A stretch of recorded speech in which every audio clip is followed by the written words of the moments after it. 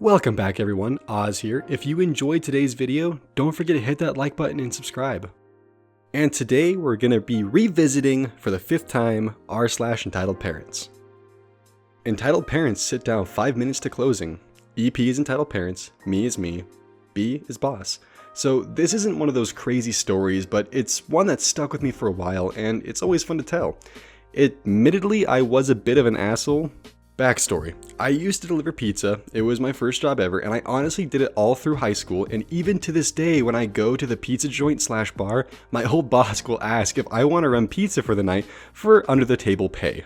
It's not the most popular joint, and honestly the bar makes way more money than the eatery, but it was a good job most days. I have a lot of weird stories from working there: fat sexual deviants and skin-tight leather, offers of sex, angry customers, offerings of weed for a tip, stalker girls who found out my schedule, etc. But I digress. The story from today is from a school night, a Sunday. It had been a slow one, and I had only had a single delivery, and basically no one came in that day. So we took the opportunity to deep clean the whole place, bleach and all, pulling out the fridges and scraping on our hands and knees. Everyone slowly leaves one by one until it's just me, waiting out the clock to lock the doors. Entitled Parents walk in 5 minutes to close.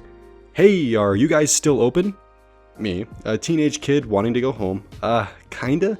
We close in a couple minutes and I was just gonna lock up. "Oh, good, we made it." They walk past me and tell me the pizza and cheesy bread they want. I shrug, as I'm not really used to telling adults off at this point in time, and make their pizza. As I'm dirtying up the kitchen again, the father walks up to the counter and says, excuse me?" "Yeah?" "Aren't you going to ask us what we want to drink?" I look at him, flabbergasted. I had fully expected them to be a carryout since I told them we're supposed to be closed. Nope. Mom and her 2 kids were sitting at a table and they had to get chairs down for which were previously stacked neatly. A bit stunned, I get them drinks. I bring out their pizza, now 30 minutes past my shift, and annoyingly go clean up the mess I'd made. Excuse me, could we get some refills?" "The service here is horrible," she mumbles to herself. At this point, I'm fed up. They've been eating for about 20 minutes. I'm ready to go. I start mopping up their mess, asking them to move their legs so I can get the crumbs they drop. They get huffy, and I, now tired and grouchy, thinking about class the next day, pull out an extra chair and stare them all down until they finally, uncomfortably finish their meal. An hour by myself with these people. They went to my boss the next day, and from what I'm told, it went like this: "And that's how your employee treated us." "Wow, you guys left him a big tip, right?" Excuse me?" "Kid's in high school. He had school today and you kept him working for an hour. He didn't have to serve you, and honestly, I would have just told you to leave as we were closing, if it were me." Entitled Parents stormed out and never went back there. Even though I haven't worked in fast food for almost 2 years, I still get nightmares from people who used to do this. Honestly, if you want to get a bunch of people to hate you really fast, just go into any fast food restaurant 5 minutes before close. That's all you gotta do. Child wants to play with my heart monitor. I prefer to lurk and read on Reddit rather than post, but I do have something to contribute to this sub. It's not super dramatic or climactic or anything, and I'm not going to embellish it, exaggerate, or fabricate anything just to make it seem more interesting.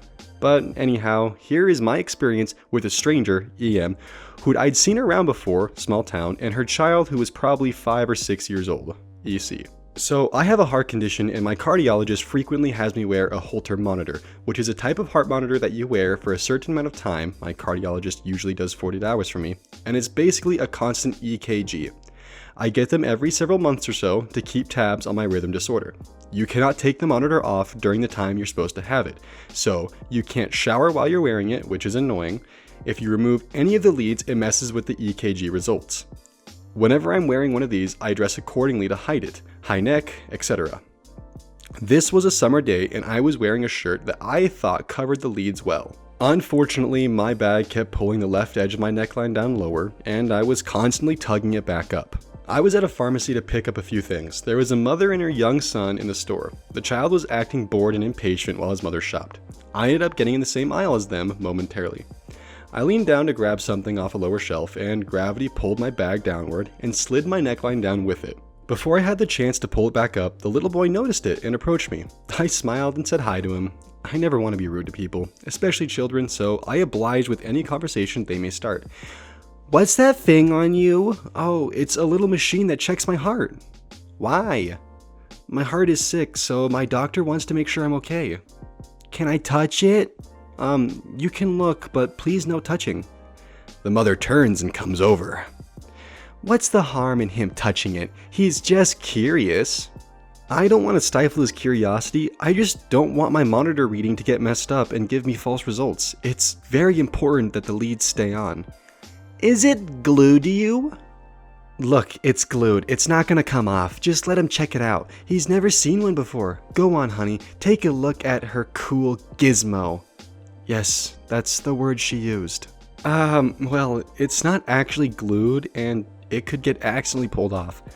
I guess you can touch it if you're really careful. Please, don't take the stickies off. Entitled Child starts investigating it for a moment. He luckily was very careful as I told him to be.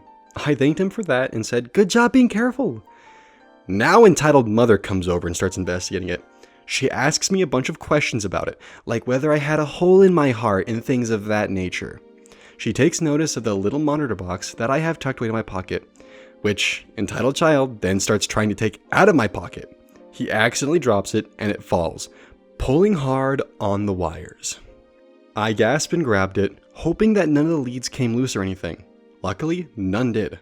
I told them I had to go and got away from them. I thought it was pretty rude that the mom insisted on letting her young child mess with somebody's medical device. Maybe I should have been more vocal about why, and I should have been more assertive, but I'm one of those people who can't say no to anybody, and I honestly tend to let people walk all over me. I'm lucky my monitor didn't come off, and I'm very glad that the interaction wasn't dramatic. It could have been worse. That kid's probably gonna grow up not knowing what the word no means. Let my kids break your expensive shit because they're kids. So picture this. It's Thanksgiving and you're relaxing in your room alone because you don't really know most of your relatives visiting you anyways. All of a sudden, Snow White and the 7 little shits break into your room. They all make a beeline to your most expensive stuff because why not? A Wii, an Xbox, and several expensive guitars are now in the hands of snotty toddlers, which wouldn't be too bad if they knew how to use the damn things. Instead, you've got kids pulling your game consoles out of the shelves with no regard for any chords, and you've got kids furiously strumming like hell on your guitars. One of the strings even popped, before eventually trying to beat each other over the head with them. I've been yelling at them this whole time, but as soon as I see that last part, I snatch a $300 guitar out of the kid's hand and ask him what the hell he thinks he's doing. Then he starts to bawl, and good God, it was loud. Enter Entitled Parent, Act 2, Scene 1. What'd you do to make my little boogums cry? He was about to yeet the heck out of my guitar and crack that kid's head with it. I'm guessing she went completely deaf from her own kids crying because she doesn't seem to have heard the last bit. Instead, she goes on about how I should let her kid play with and break my stuff because kids will be kids. I try to explain to her that these aren't toys, and try to explain how hard I work to be able to buy them. Again, she's completely deaf to it, and literally tells me it's not her kid's problem before leaving. Exit Entitled Parent. Act 3, Scene 1. So, I did what any sensible person would do. I crowded all my stuff on my bed and sat next to it, guarded my newfound fortress with a BB gun, which was, unbeknownst to them, completely empty, and a rolled up poster for the rest of the night. The end. Thank you for coming to my TED Talk. I'm your mother, therefore my opinion matters most. I haven't seen many posts here about people's own parents, so I thought I'd share mine. For context, I'm 19, in uni, and live away from home. I'm independent now, and my mother yesterday reminded me why I was so happy to now live alone. She came up to visit for the day, using the train, leaving my brother and father at home. I was going to meet my mother at the train station. I got there 10 minutes early to make sure that I was in time and that she wouldn't complain at me for being late. Of course, though she could now complain about that, but it didn't stop her complaining about how terrible your hair looks and how you need to get it cut, so I'll book an appointment. Right now, this just looks like her being overbearing, which she is, horrendously so. This went on for another 4 minutes till we got to my flat. Then her complaints were, "Your room is too messy, and why isn't the kitchen clean?" Despite the fact that I'd spent hours cleaning my bedroom before, and I shared my flat with 4 other people who could have easily been the culprit of the messy kitchen instead. I kinda just blanked her out at this point, till she started on my hair again. Now, I stood up for myself. "Well, I like my hair like this," I argued with her, but she refused to listen. "No, it looks terrible. We're going to have to change it, get the bangs sorted out. I don't know why I thought you should go to the hairdressers on your own. Clearly you can't describe what you want enough." Now I was pissed. See, the thing is, I'd cut all my hair off recently out of stress over the idea of her coming here, amongst a few other things. My boyfriend had helped me sort it out, but I'd gone to the hairdressers to get it cut neater since surely she wouldn't complain then. All the things she was saying made it seem like she expected for it to grow back overnight. "Well, I like it like this," I tried to defend myself.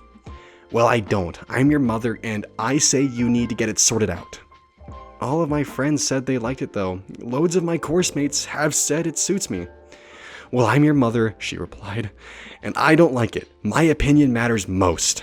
I had to go do something for half an hour for uni, and I had to leave. My mom wanted to stay and said that I should give her my keys. After all, I could be trusted with them because I'm your mother. I lied and made up some bull about liability to get her to leave at the same time since I knew she'd look through my stuff and I definitely didn't want her to find my adult toys.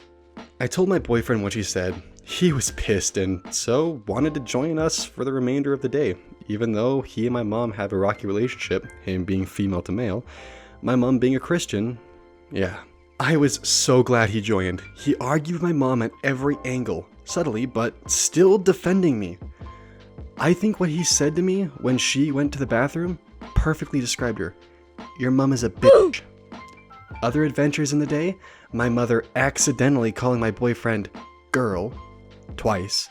My boyfriend made a big deal of holding out an umbrella for me so I wouldn't get wet in response because that's what good boyfriends do.